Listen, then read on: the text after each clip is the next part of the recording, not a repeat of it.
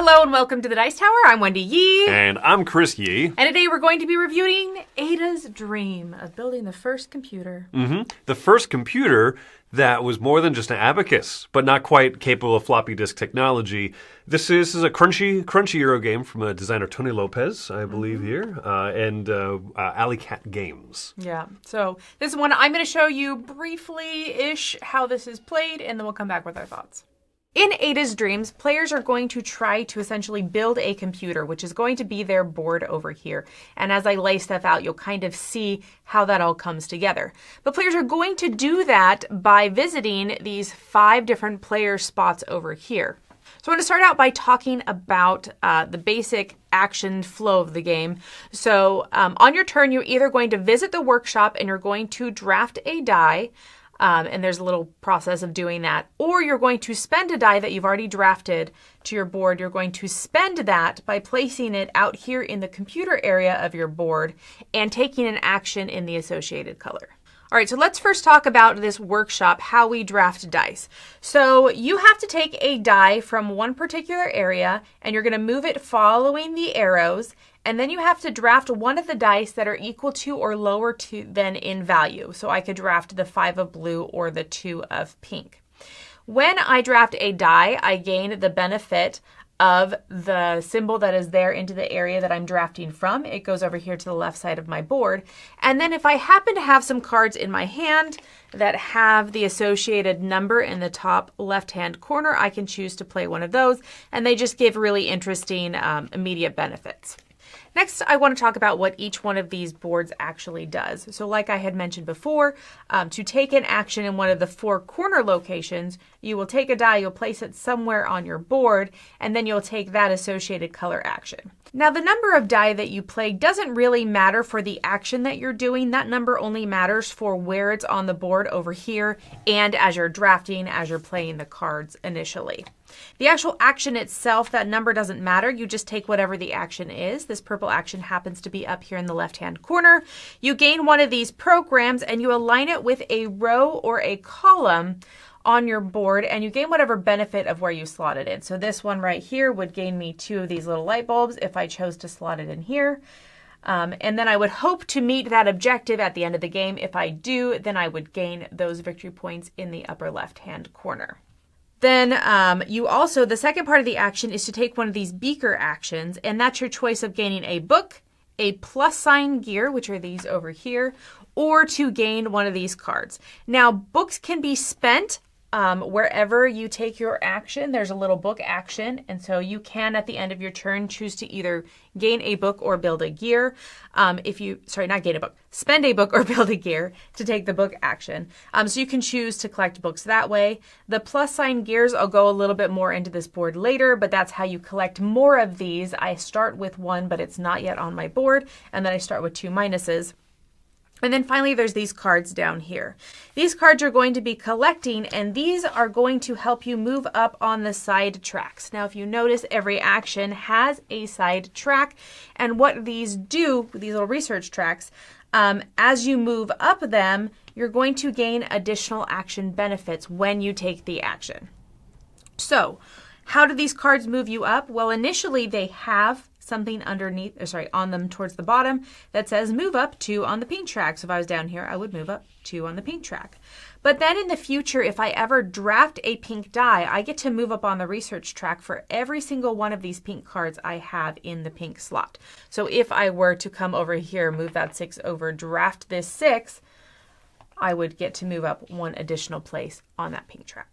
One last thing about these tracks is the first player to get to the top will get multiplier bonuses based on cards of those colors. Now, the other part about Ada's study, which all the other areas also have, so they have their track, they also have some sort of first come, first serve bonus in the upper right-hand corner. First place gets more points, everyone else gets lower points, and it's just an objective to point you in a direction. All right, moving on to the yellow action. So all the actions, the columns work the same. They just have different bonuses when you take that action. They have a different type of first come, first serve bonus reward. They have their own unique book track. For example, this is how you get multiplier tiles available to you. But then the actual action is different. So this is how you gain cards. On your turn, you're going to pay the cost up here. And depending on what you pay, you can choose to take one of these discs off your board, which you very much want to do. You need to remove the discs. So if I pay 2 of these little light bulbs, pew, pew, then I can come over here and I can collect any card that is from this column over. I also gain the benefit of being able to draw a card, which is very nice.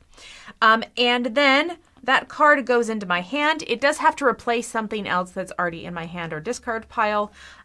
So you always just keep 8 cards throughout the game.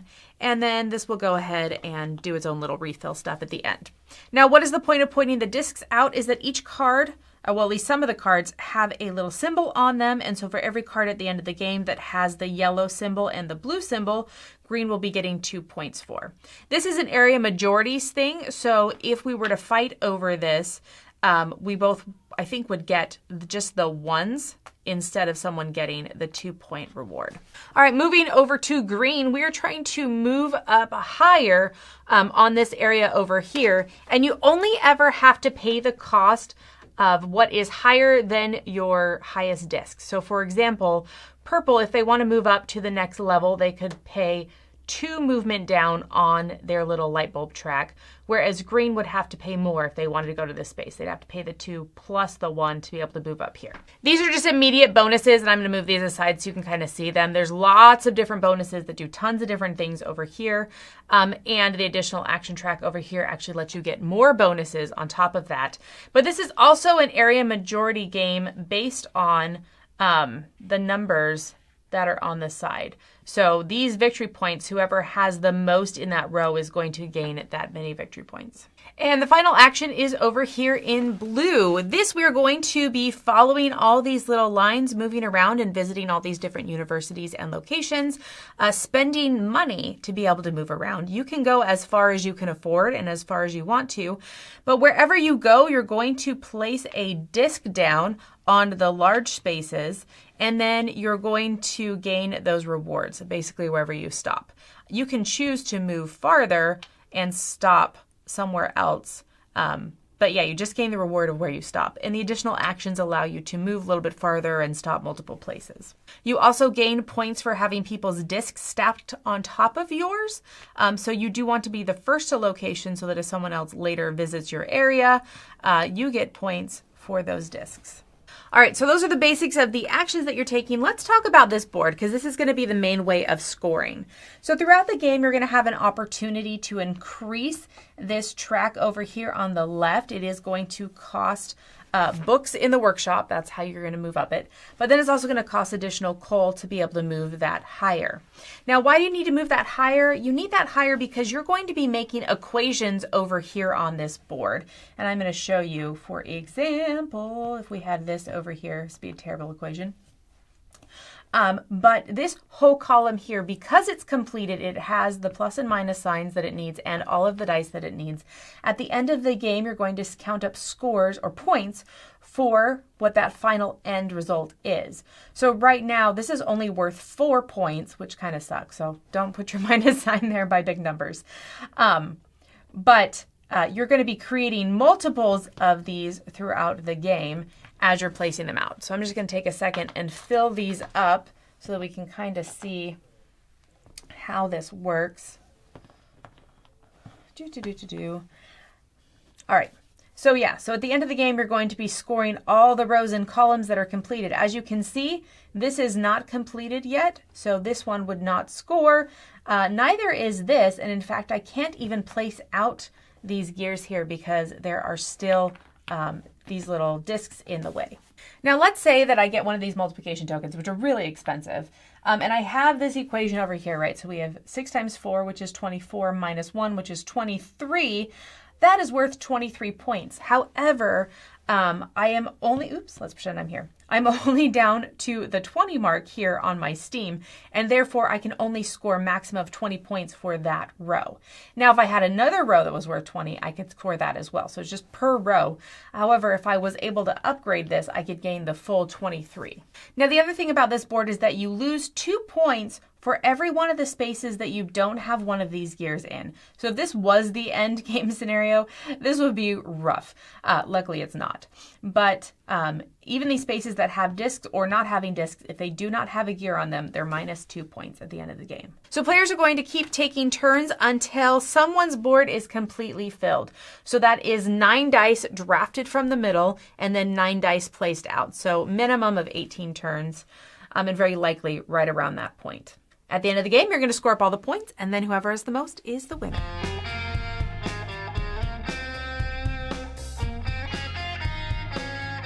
Starting off here, this is a really nice production, I think. In the overview, there might be some deluxe things, I'm not sure. The metal coins probably are cardboard coins, but we're reviewing the copy that we were sent, right? Regardless of whether those things are upgraded or not, I think that the look of this is very appealing. I like that the slots for all of the dice.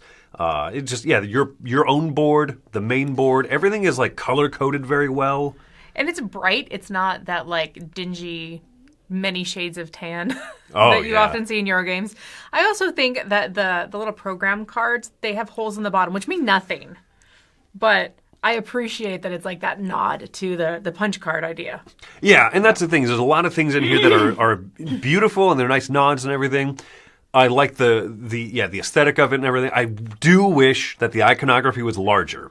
This is unfortunate. It's not a massive board, but it's a large enough board that if you're sitting in the opposite side of some part of the game, you might say, I can't genuinely read those icons. I'm going to not go exploring on the map. Or I don't really want to keep asking, what does the science buildings do again? I'm just going to focus on the other 3 sectors I can read. Yeah, because there are a ton of icons, and yeah, sometimes you'll have a yellow background with a tan card on top. You know what I mean? Like a picture of 10 cards, and you just can't see. Yeah, so I think that would have been nicer if they tightened that up, made some of this stuff larger. I would also like the player aid can be useful, but most of it's just the actions explained. I want the icons explained. That's what I want on my player aid. There's a pretty good appendix, index with all of the iconography, most of it explained, but certain ones not. That is another shortcoming of this game, is I think that the rulebook is mostly good. It's good to learn from, but there are some ambiguities that you have to kind of go online and look up on forums. Hey, are we doing this right? Are my assumptions about this correct? Yeah, there are definitely some questions that we had that we just didn't have the answers from the rulebook. Now, other than that, the actual gameplay, I think, is fascinating. I really like that idea of drafting a die and then placing the die out on a later turn to take the action. And there's enough ways I didn't really go into those book actions where you spend a book and you can get the special action on top. But there's enough ways that those things let you mitigate the dice, change the dice. There's different actions and icons that let you, swap out dice and stuff. I think that that's very cool, that it's not just what you get is what you get. Well, there's also, it's easier to mitigate the dice that are currently on the dice draft board. But then there's the extra ways. You spend really valuable resources, but you can manipulate them while they're on your own board themselves, which I think is nice. I like that those programs that you grabbed from the purple area are going to give you a reason to try to get specific dice values or colors on your own board. But there's also the intrinsic value of 6 is fantastic. 6 is great because they'll add or they'll multiply really strong for endgame scoring. But then they also don't activate cards from your hand, and those cards can be invaluable bonus actions. Now, I think one thing that could be a positive or a negative, it depends on you. For me, it's a positive, is that because there's really 9 main actions that you're taking, you're not going to be doing each one of the sections a ton unless you focus in. Yeah. And so I played a game where I did a little bit of everything and I didn't do a lot of much. And then I played another game where I focused in a lot on just 2 of them and I got to do a ton. And so there's a lot to explore. And on top of that, which I almost feel is unnecessary, honestly, is there's so much on this board that is modular. They have that initial board printed out that I showed you in the overview, and that is a startup play game. But then you can change out the first come, first serve bonuses. You can change out the different cities, that are in the little map track. You can change out just so much of the stuff. Like, You can even switch around which colors of what cards get 2 points and are in what area. There's just a lot. Switching out every city on the map feels a little excessive. There's a lot of tokens. But I do like, the track and the instant award bonuses. And I love that they pre-printed a good game to start with. 100%. Huge props. Yeah. Every publisher should do that. Your board should be playable from the get-go, and then you can modulate it afterwards. I think that's a huge plus. It's funny, going back, you're talking about the actions. You only take 9 main actions. Probably going to draft 9 dice, and then you can maximum play 9 action dice onto your board. Yeah. And so it's funny where some games you're like, I'm going to go really hard into map exploration. I'm going to just do that a ton. And then at the end of it, you realize, I only drafted and played 3 blue dice. You're right. The entire game. And maybe that's just enough because it was actually valuable enough to do purple a few more times so that you can tuck those cards and get those bonuses. There's a lot going on in this. And I think that it encourages you really well to balance drafting dice versus playing dice turns. Yeah. You don't just always draft 3 and then play them. And then you get benefits for both. Yeah. So I think that it keeps you engaged in lots of different ways. I think it's a solid design. I think another couple just minor things that bother me just a little bit, not a ton, is that there is some extra luck in this as the cards come out in the lineup. Excuse me, the cards that you both are tucking under your board to be able to move up on tracks, the cards that you're getting in hand. Sometimes they don't fit with the strategy that you're going for, and so you're just like, I don't like any of those cards. And if nobody at the table likes any of those cards, it doesn't wipe through.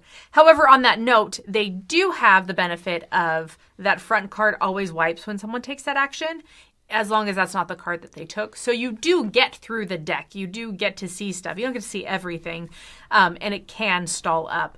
But they're at least trying in the design to get you through it so that it isn't completely just stalled out. I do think that the yellow section of the board, the area majority, is a little limp. I do think that with the luck, those programs where you're getting bonus points for your rows or columns, if there's some uninteresting ones out there, once again, people are going to say, like, I'll just wait, right? And also, I don't really love some of the distribution of points on them. Some of the things are just easier to do than others, and they're worth 6 or 8 points maybe, and something else is like way trickier to do, and it's worth 8, maybe 10 points. Yeah. Even Even within the 10 points, there are ones that are easier to do than other 10-point ones. Little things that just kind of grind at you. And also, I think you don't know what color of dice are going to come out. That is one of the strongest luck factors, mitigated, of course, by the gray dice being wild for actions, but not for the drafting bonuses and for those objectives where you're trying to get the same color or lots of blue or whatever. That's the thing is, I feel like the gray dice, I just don't want to take them because I don't get all the extra benefits for them. Yeah. So it's like, sure, if I absolutely need a color, but it doesn't count as if I need pink for my programming on my board and I need pink because I want the pink action, that gray die doesn't give me most of the stuff that I want it for. It just lets me take that action. And it probably is actually better than it feels, but it feels like, fine, I'll take a gray die. The lousy turn. Yeah, the lousy turn, the lousy version. And so they tend to just gunk it up. Yeah. And so less dice come out. Yeah. But I would say overall, I did really enjoy this game. I really like that each section of the map feels very different. They have totally different like mini games going on. Mm-hmm. And yet, if for some reason I can't get pink dice and I can't go to pink, I can still do that engine building by getting cards or by getting, the little tracks or stuff. I get other bonuses, other places that let me do many of those actions. They just have to do them in little like mini versions. I think there's a good balance of things going on here. Anything else before we go into final thoughts? No. Score? So I'll go first because score-wise, I'm giving this one a 7.5. A recommendation, definitely recommending it if you like heavy Euro games.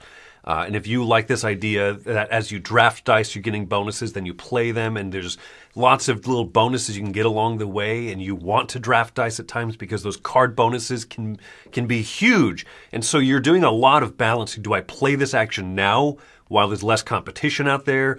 Or if I hold off on that and then I take a die, I can get a little extra money and juice this up for later. It does so many things right. a little bit let down by production. The small iconography is so difficult to manage.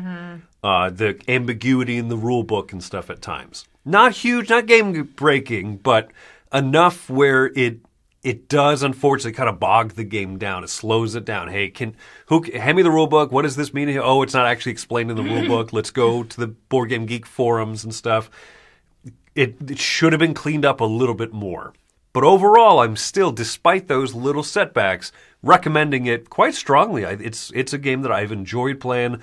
Love dice drafting, love dice mitigation, dice placement type of stuff. I think I have very similar thoughts to you. I am giving this an 8, though. The production is the thing that bumped it down from an excellent game. I just don't feel like I can give it that, that great seal when it does struggle and there are those difficult things to it. And it's not just your first game and learning. It really is like ongoing. I have to constantly ask what icons are from a distance. But the actual game I really enjoy. I think that there's some really cool elements to it. I love the adding and subtracting and building up that. There are a couple regions that I feel like the luck sometimes gets away with it. Like, for example, those cards. You can only have 8 cards. Like, you start with 8. You only get to keep 8. And I wish that felt like stronger engine building than it is, because you're dependent on what color did I get the multiplier for the points. Yeah, the science things. Did I actually get cards that match those colors, that I'm in those regions? And then do they have the abilities that I want? And then do they actually come out from the deck? Like, there's a lot of luck going on in especially the yellow region. But really the solution is if you don't like that, don't play that region. So I feel like it all works out. Yeah, so this one I'm giving an 8 because I still really enjoy a ton of what's going on in this game. All right, well, folks, there you go. A high score of an 8, giving a seal of approval here to Ada's Dream from both of us here at the Dice Tower. So thanks for coming out to this review. We want to take a second to give a thank you to our GameFound backers. Thank you, Dieter from Belgium and Eric Wepsick. And also, Lloyd's giving a shout out here to the evil Dice Tower from the darkest timeline. They are GameFound's live for this year, by the way. You can go to supportdicetower.com and support us there. If you're watching this after the GameFound has ended, well, maybe it leads to the backer kit, or maybe it leads to our Patreon. So thank you so much. Go to supportdicetower.com, and thank you all. Hey everybody, thanks for watching another video from the Dice Tower. Hey, you want to learn more about us, communicate with us? We have a Facebook group, we have a Discord channel, lots of different ways to get involved with the Dice Tower. You can find that in our Linktree link below. So just click that, it will take you, and you can communicate with us on Facebook, join our Facebook groups. There's lots of cool things that you can find and become part of the Dice Tower. Thanks so much for watching. I'm Tom Vassell.